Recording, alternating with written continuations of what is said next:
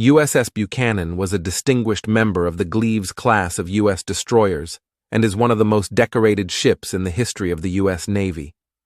Named after the first superintendent of the United States Naval Academy, Admiral Franklin Buchanan, her keel was laid down on February 11, 1941, at the Federal Shipbuilding and Drydock Company in Kearney, New Jersey, and she was launched on November 22nd of the same year. Sponsored by Miss Hildreth Meyer, the great-granddaughter of Admiral Buchanan, Buchanan was 348 feet in length, had a beam of 36 feet, and displaced just over 1,600 tons. She carried the venerable 5-inch 38-caliber dual-purpose gun as her main battery weapon, and had 4 of these housed in individual enclosed mounts located in 2 superfiring pairs along her center line. Originally designed to carry 2 21-inch quintuple torpedo mounts amidships, Buchanan ended up being equipped with just 1 mount. This change occurred late in her construction, and it was made so she could be equipped with more light anti-aircraft weapons, 2 twin mounts of the new 40mm Bofors guns and 6 20mm Oerlikon autocannons.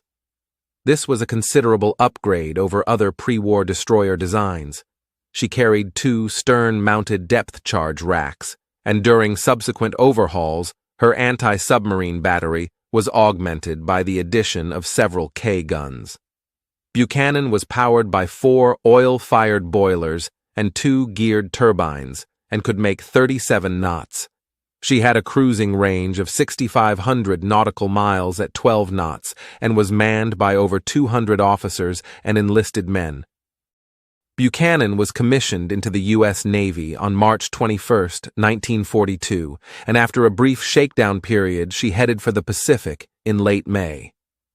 After training in Hawaiian waters during June and the first half of July, Buchanan arrived in the Fiji Islands late in the month to prepare for Operation Watchtower, the invasion of Guadalcanal. On the morning of August 7th, Buchanan covered the landings by U.S. Marines on the islands of Tulagi, Gavutu, and Tanambogo across the Sound from Guadalcanal. Assigned to Task Group 62.4 for the operation, she protected the transports of the group and provided fire support. Although not directly involved in the Battle of Savo Island on the night of August 8th, she witnessed it from across Savo Sound and moved in afterwards to rescue the survivors of the heavy cruisers Astoria, Quincy, and Vincennes. A few days later, Buchanan joined Task Force 18, which was built around the aircraft carrier Wasp, and patrolled with it southeast of Guadalcanal for the next month, detaching shortly before Wasp was sunk on September 15th. In late September, Buchanan joined Task Force 64, which was a cruiser-destroyer unit under the command of Rear Admiral Norman Scott. The goal of this unit was to stop the nightly runs by the Japanese, dubbed the Tokyo Express, that reinforced their garrison on Guadalcanal. Task Force 64 wouldn't have very long to wait until they got their first crack at derailing the Tokyo Express. On the afternoon of October 11th, U.S. reconnaissance aircraft detected Japanese vessels heading down through New Georgia Sound toward Guadalcanal, and Admiral Scott was intent on making sure they would not make it. By 10:30 that night, Scott had arranged his unit into a line-ahead formation with the destroyers, Fahrenholt, Duncan, and Laffey out front. They were followed by the cruisers San Francisco, Boise, Salt Lake City, and Helena. Buchanan and the destroyer McCalla brought up the rear of the column. At 11:25 that evening, the Japanese force was detected on radar at a distance of about 21,000 yards.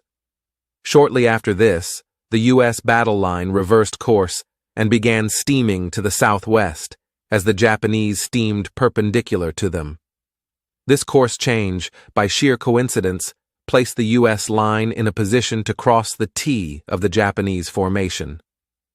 At 1:45, the radar set on Scott's flagship San Francisco finally detected the Japanese at a range of only 5,000 yards.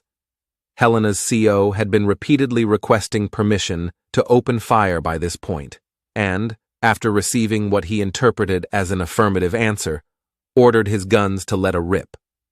The rest of the ships in the U.S. battle line, from the vanguard to the rear, quickly followed suit, and the night devolved into frantic, point-blank, blazing bedlam. The Japanese, much like U.S. commanders during the Savo Island debacle in August, were caught completely off guard, and their commander, Rear Admiral Aritomo Goto, believed he was in the middle of a friendly fire incident. For the first 15 minutes of the engagement, his flagship Aoba repeatedly sent blinker messages to the American ships to cease fire. Buchanan, already pounding away with her 5-inch batteries, fired a torpedo spread at the Japanese formation just before midnight and struck the cruiser Furutaka, flooding her forward engine room and leaving her dead in the water. She headed for the bottom of Savo Sound just before 2:30 that morning. As quickly as it had begun, it was all over. 30 minutes of fire and fury had given the U.S. Navy the victory it desperately needed. Buchanan and the rest of Task Force 64 retired toward Espiritu Santo, where they arrived on the afternoon of the 12th. Throughout the remainder of October, she escorted convoys to and from various U.S. bases in the theater. In early November, she was assigned to Task Group 67.4 under the command of Rear Admiral Daniel Callahan. This force got underway on November 10th to cover a large convoy heading to Guadalcanal. After arriving off Guadalcanal, Buchanan and her task group protected the transports from numerous Japanese air attacks on the 11th and 12th. During one of these, on the 12th, she was struck by a 5-inch shell fired from a U.S. ship, which heavily damaged her aft stack and also disabled her torpedo tubes. The friendly fire killed 5 men and wounded 7 more, and she was forced to retire for repairs. Upon the completion of those repairs, she headed back to the South Pacific in March of 1943, where she was assigned to convoy duty. On April 30th, while screening a convoy, she ran aground off the southern coast of Guadalcanal. After jettisoning heavy gear and some ammunition, she was eased off the reef by 3 Navy tugboats. She proceeded to the New Hebrides for repairs. She next participated in the New Georgia campaign, which began at the end of June and ran into July. During the invasion of Rendova on June 30th, Buchanan got into a back-and-forth with Japanese shore batteries as she steamed through the Blanche Channel offshore from the landing beaches. She quickly silenced them with help from the destroyer Fahrenholt. She participated in the bombardment of Munda on July 12th and then in the Battle of Kolombangara later that night. During the battle, in which U.S. destroyers were held back and kept close to the force's cruisers, Buchanan fired a failed torpedo spread before being damaged in a collision with the destroyer Woodworth late in the battle.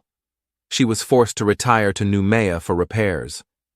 After her repairs were completed, Buchanan escorted convoys between Noumea, the New Hebrides, and Guadalcanal, before screening the carriers Saratoga and Princeton while they supported the landings at Bougainville on November 1st.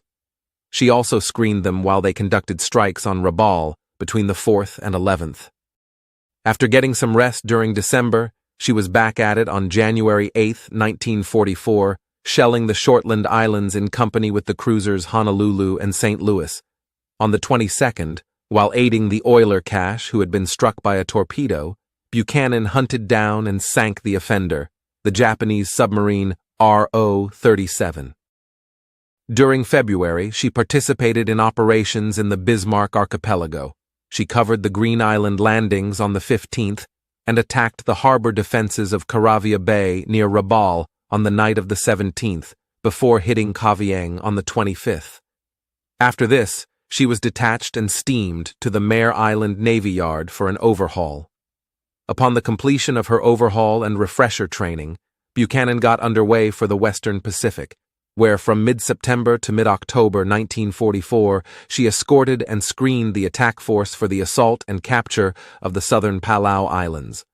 She next participated in strikes against Luzon with the Fast Carrier Task Force between December 14th and 16th, and on the 18th, she was damaged while riding out Typhoon Cobra in the Philippine Sea.